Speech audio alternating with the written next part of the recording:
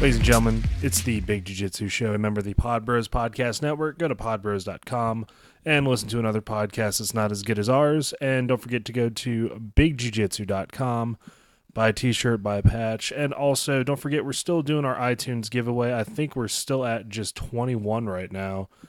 Or not 21, 19. So that means 6 more people. Come on, man. Your chances are pretty fucking good if you go and give us a 5-star review. So there's that. But so I'm Rob, and I'm Devon. I'm here. I'm here. how's it going, dude? It's going, man. It's going, man. It's been a crazy week for all this news coming up over Cormier and Jones. I mean, it's a crazy fight week in general, right? I mean, there's fights tomorrow, Saturday and Sunday, I think. Yeah, and dude, and Eddie Alvarez just won the lightweight championship. Like right now. Oh, he's they're got the fighting best- right. Yeah. Oh, they're fighting right now? Yes. Oh, then it's tonight, Friday, and Saturday. Holy crap. Wow. So yeah, we completely missed that, and that's fine. But that's wild that he is now the new champion. That belt is going to get passed around now. I kind of feel like. Yeah, Yeah, that's crazy. That is crazy. and it was a knockout or a TKO actually is what it looks like. TKO Dos Anjos. Oh my God. So yeah, that's gonna be. I suspect there's gonna be a rematch pretty quickly Oh with yeah.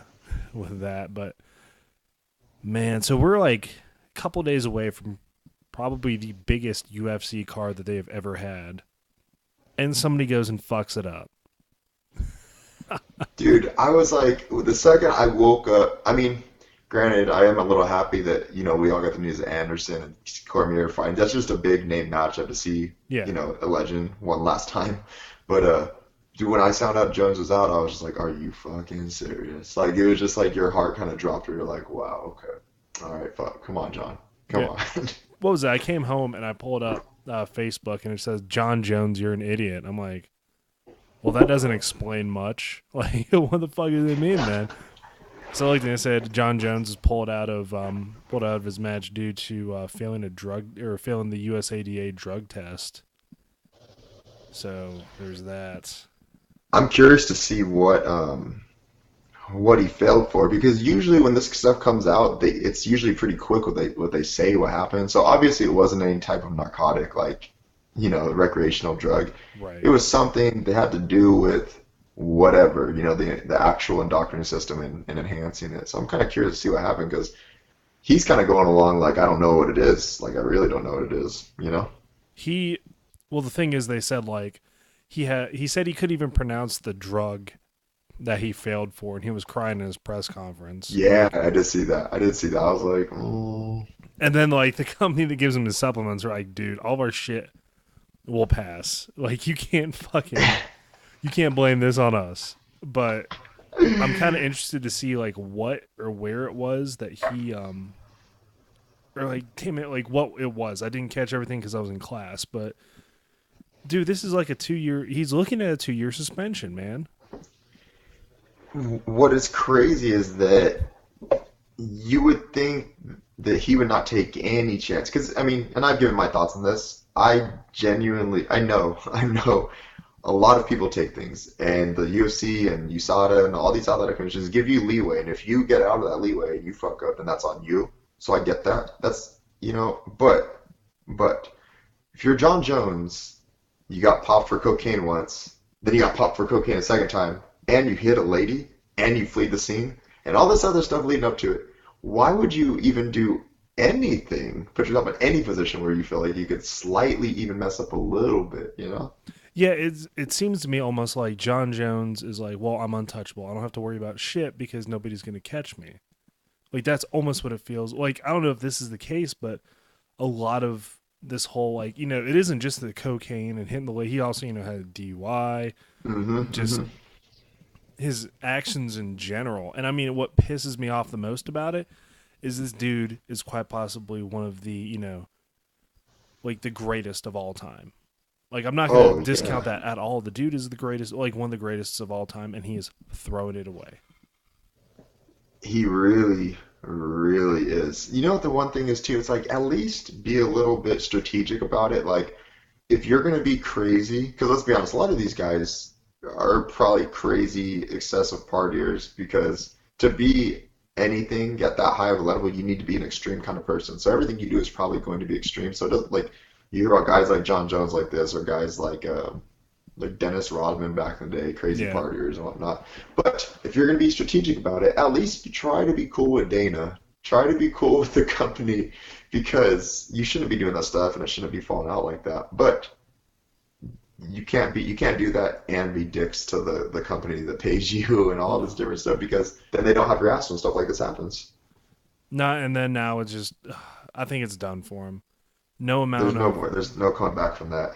no, it's over. And what makes it even worse was somebody pointed out on the underground forums is that it's for there's going to be forever an asterisk next to his name Mm.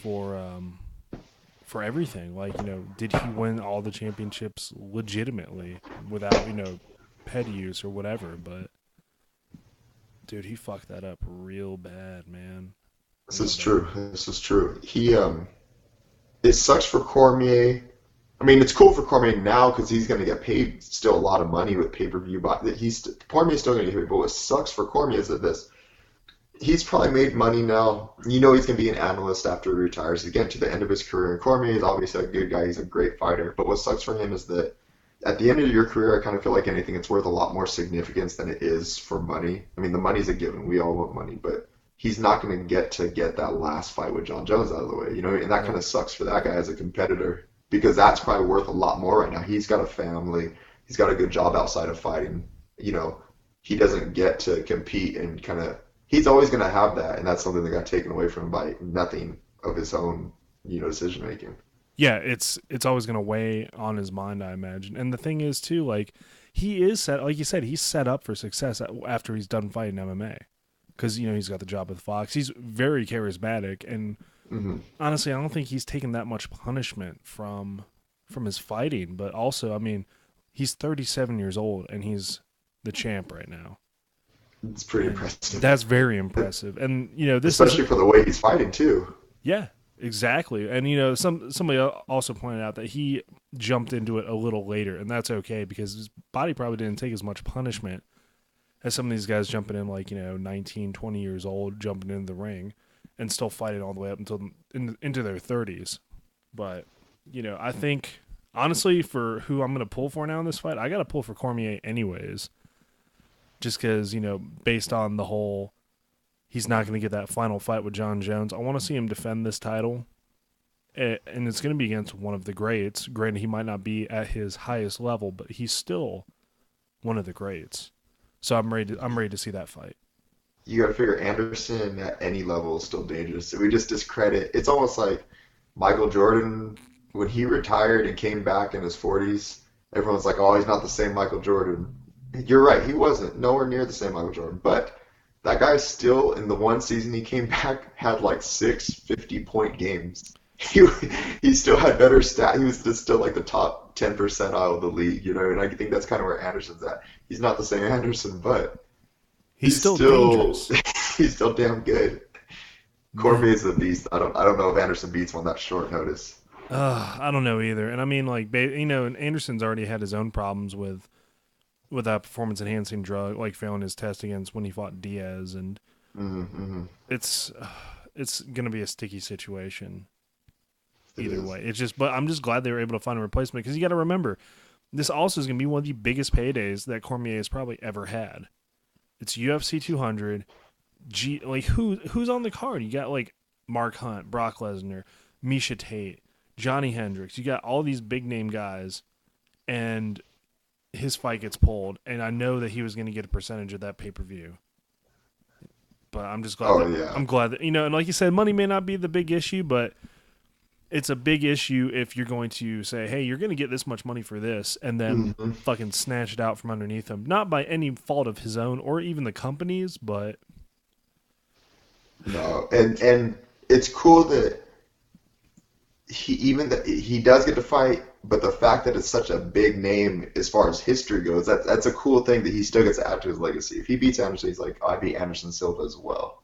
Regardless of what time frame we're in and all this stuff, like yeah. it's almost like another cherry on top. He still gets to say he fought Anderson as well. At least At least they're not giving him some like random person like Patrick Cummings or something like that, you know? No, yeah, So this is it's still cool. I think I'm happy for him. At least he gets to fight, you know? Because I got like devastated when he was giving his thoughts on the whole process. You know, you could tell he was legitimate. Like that guy's heartbroken. yeah. The look on his face pretty much said it all. He just looked like somebody kicked his dog. But Hmm. like I said, hey, the card is recovered. We're gonna be all right. We're gonna see something, and he's gonna make some money. And now we're just gonna see what happens with Jon Jones. We still got like tomorrow. Kind of curious to see what happens because what also blows my mind is that this test was from June 16th, and yeah, the test that he failed was on June 16th. So I don't know. Like, what's the timeline on these drug tests, man? So and I'm not going to get super into chemistry because I know a little bit about steroids. I know a lot about that stuff. When I was going to be I used to have a lot of friends that sold steroids, and we all know how easy they are to get. I'm just gonna say that. Um, Break it down simply. There are different types of steroids, and they have these things called esters in them, right? And they're almost like uh, what do you call those little like time sand things Oh, that like an you like flip hourglass? over for cooking? Like an hourglass, right? Okay. So what they are, they have different esters, and each of these esters, they put like three or four of them inside the compound, and they're all different timing. So that's why you could only have to take one shot a week, or take them every other week, or every 10 days, or whatever. So each ester is a different time length. So once this one goes, boom, it catalyzes into whatever hormone. Then the next one will go, boom, catalyzes another 3 or 4 days, boom, it catalyzes into another hormone. So that's how the half life or quarter life or whatever you're taking, that's how it works as far as timing. So depending on what he took, that's going to really be dependent on why he took it so soon or so close or whatever. But Frank Mir made a really good point on Ariel Helwani's show. Was it the MMA Hour or whatever? Yeah. He said this. So he failed a drug test as well, and he's kind of like everyone's asking him like, well, if you're innocent, why aren't you gonna like you know fight it and all this stuff? He's like, it just didn't make sense for me as far as money and timing and the way I'm gonna get back. But anyways, his main reason was this. He goes, the way it timed out and what they're telling me I took, he goes, I would have pretty much only gotten 2 days of benefit from it before my fight. So like a month before out, you're gonna tell me I'm gonna stop. I'm taking this stuff and then I'm stopping taking it like, X amount of days before the fight. So you're telling me I'm only gonna get like 2 days to a week's worth of benefit from whatever I took. He's like, what does that even? I'm not saying that's Jon Jones' case, but I'm just Yeah. saying that that was his argument. He's like, I'd only have this amount of days to actually like get some benefit from it if I really did take it. Like, so like, what's the argument there, kind of thing, you know?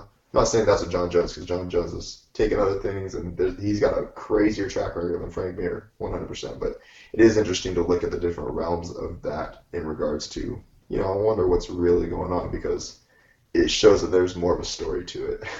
Yeah.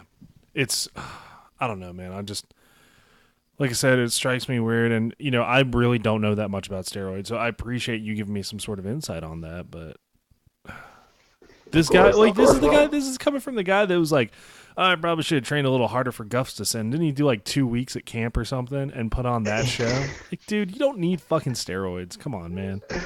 Dude, this guy, like, I remember he was walking out one time, right? And everyone's like reaching down from the Raptors, trying to give him high fives and Yeah, stuff like that. And he jumped up and just gave some guy a high five as he's walking out. Boom! I go, what is that guy's vertical leap? That's insane. He just jumped up, slapped some guy's hand. It looked like he was like 7 rows up. I was like, God damn, Jon Jones, this guy's a freak.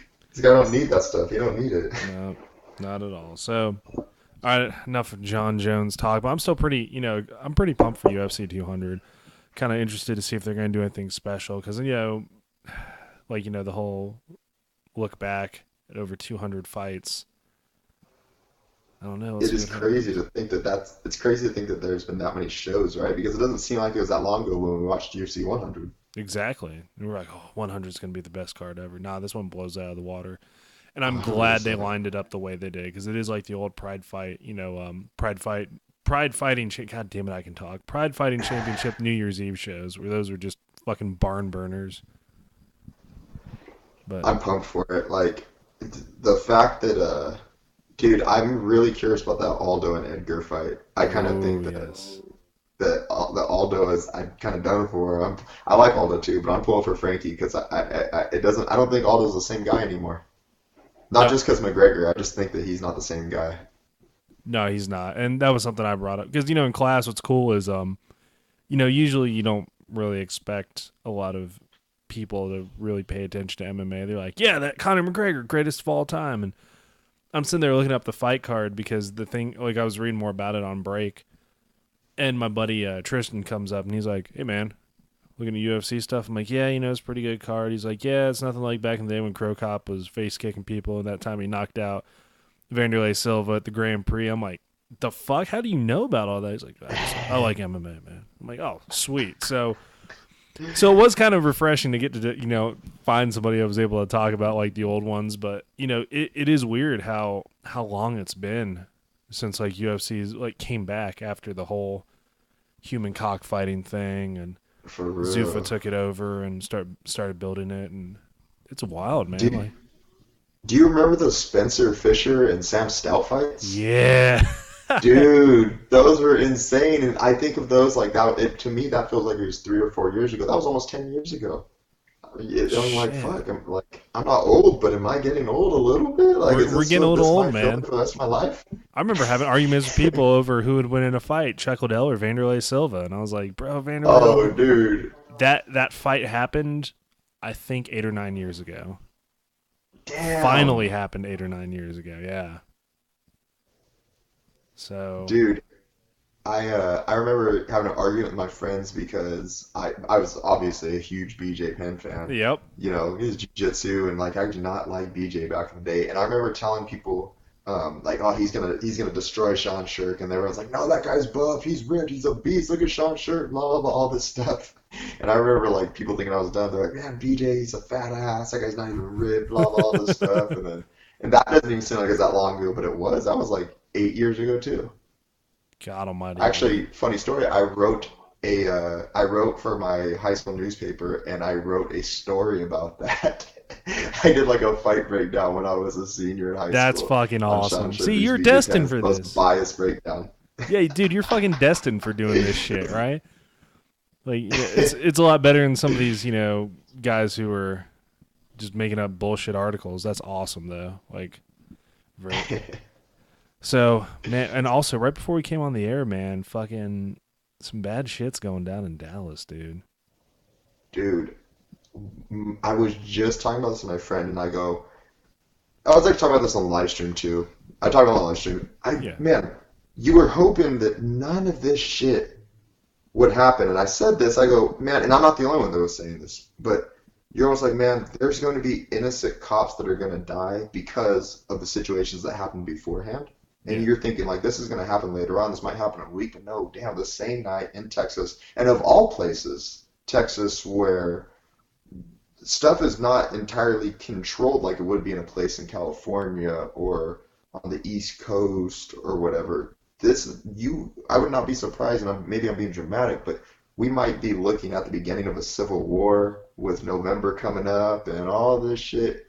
And like I said, being a little bit dramatic about it, but it's not. It doesn't seem unrealistic right now. Maybe we're living in the moment where we're just seeing all this crazy shit happening. And we're kind of thinking, but man, stuff like that happen where you have like a civil war between groups of people like that. It doesn't seem unrealistic to me right now.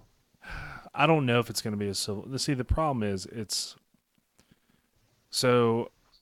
Are there going to be cops that have a power issue? Absolutely. Have I run into them? Fuck yeah, I have, and it's shitty. And there are going to be cops that are out there to actually help people. And just like everything else, who are the people who are going to get 100% of the attention? The people who are fucking it up for everybody else, right? My big thing is on stuff like this is I try not to jump to either side. Like I want all the evidence to come out because a lot of people get tried by the media before all the stuff comes out. Now, granted, if there's a fucking video of a guy wrestling and then he just pulls his gun out and shoots the dude in the chest for no reason, that's one thing. But I mean, like, different accounts is a different story.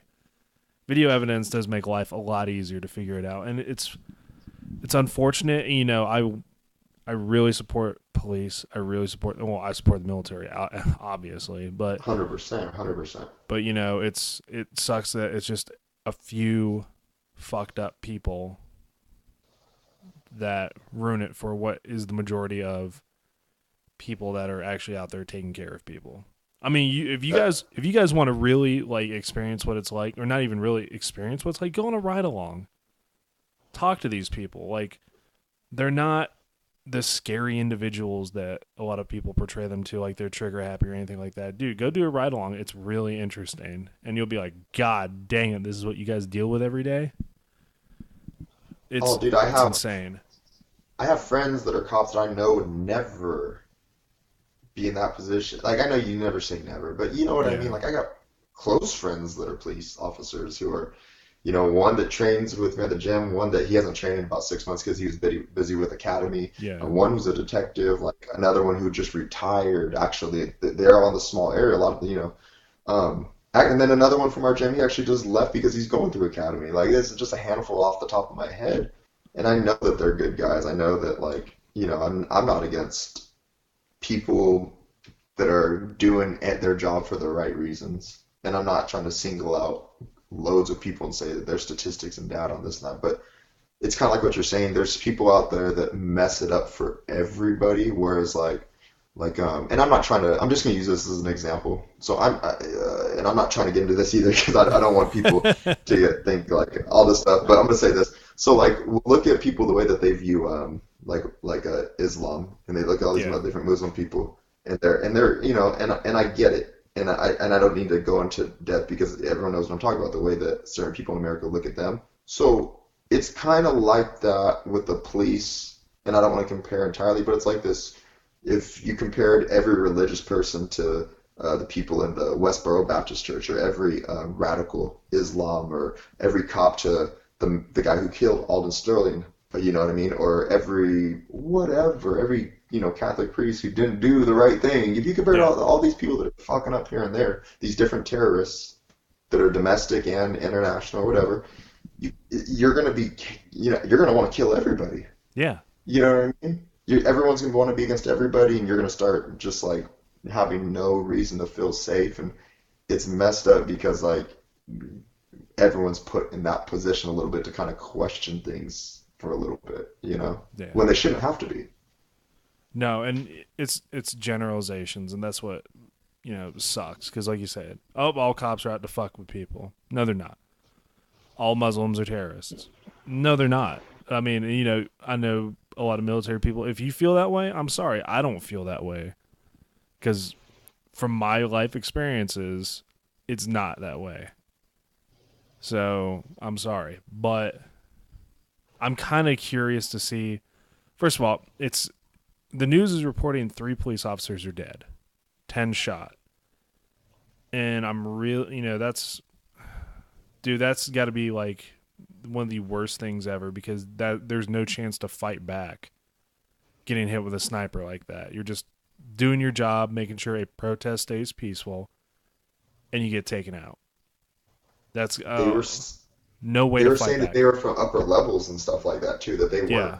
ground level. They were kind of almost like tactically placed. Yeah, they said what I was reading before we started was that they got one of them cornered and that he's in body armor and a helmet. So I'm kind of curious to see like if I had to bet money, I would say it was like a sovereign citizen type.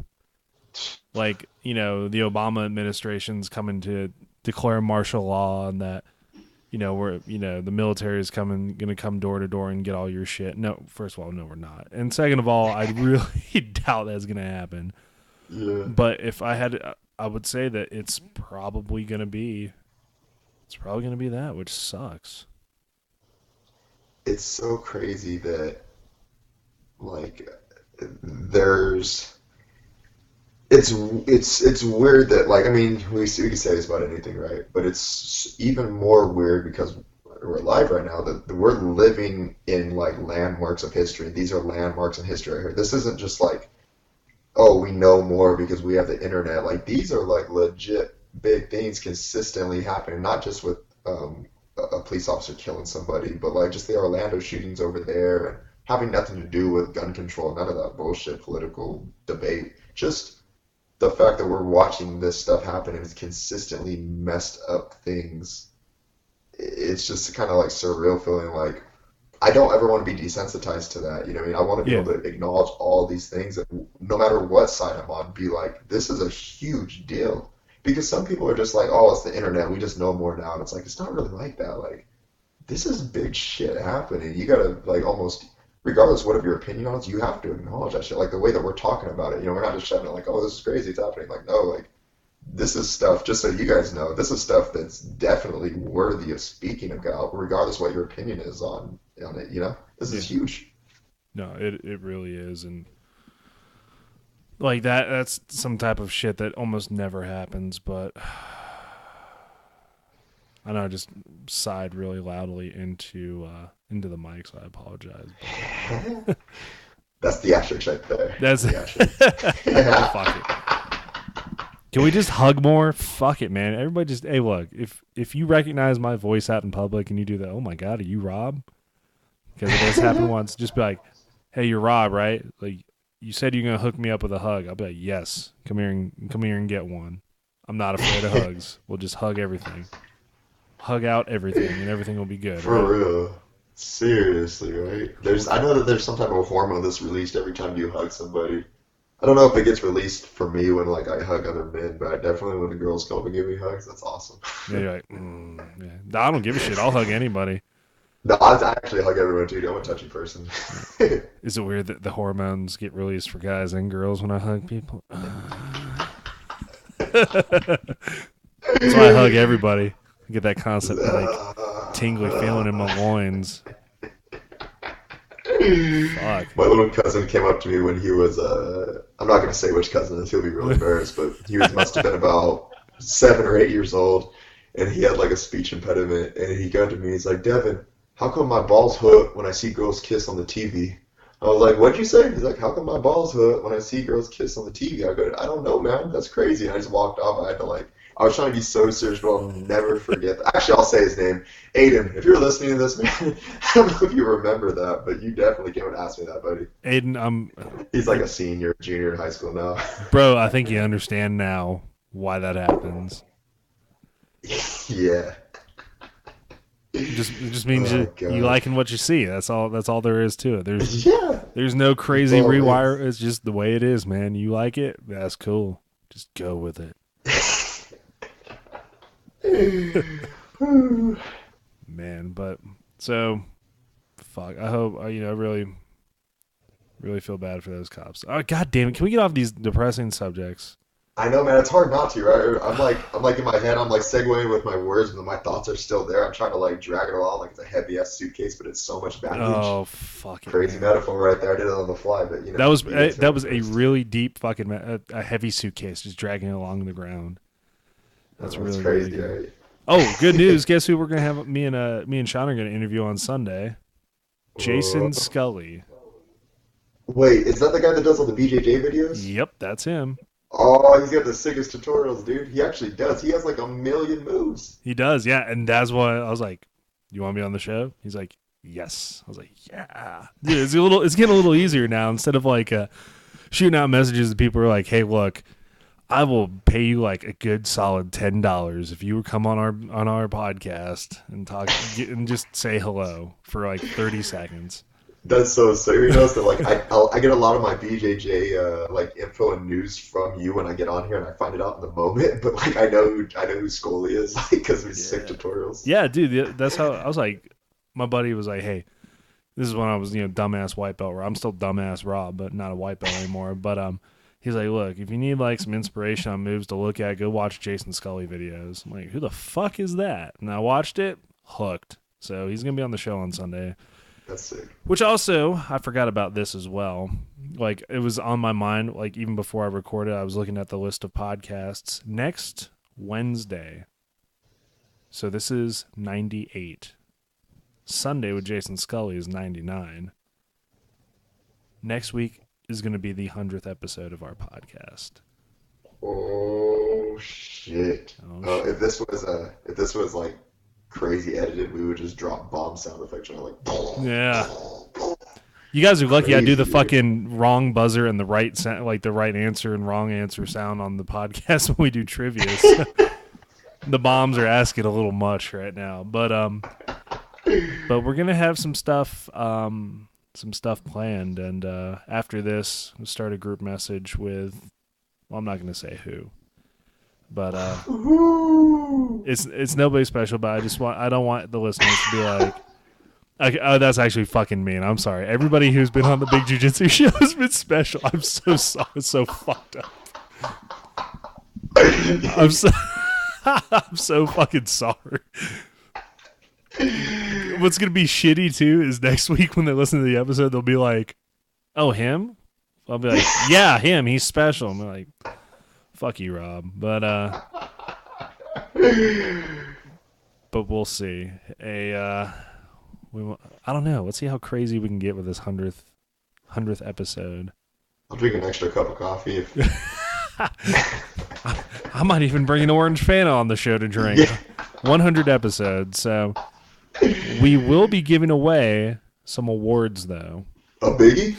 Yeah, we're doing the biggies this year. I know you talked about it, and I think it's a great idea. So this year we're going to do the biggies, and people are going to get their own personalized biggie for various things. Okay? Good shit. But, yeah, let's see how it goes. This could be an extravaganza of some sort.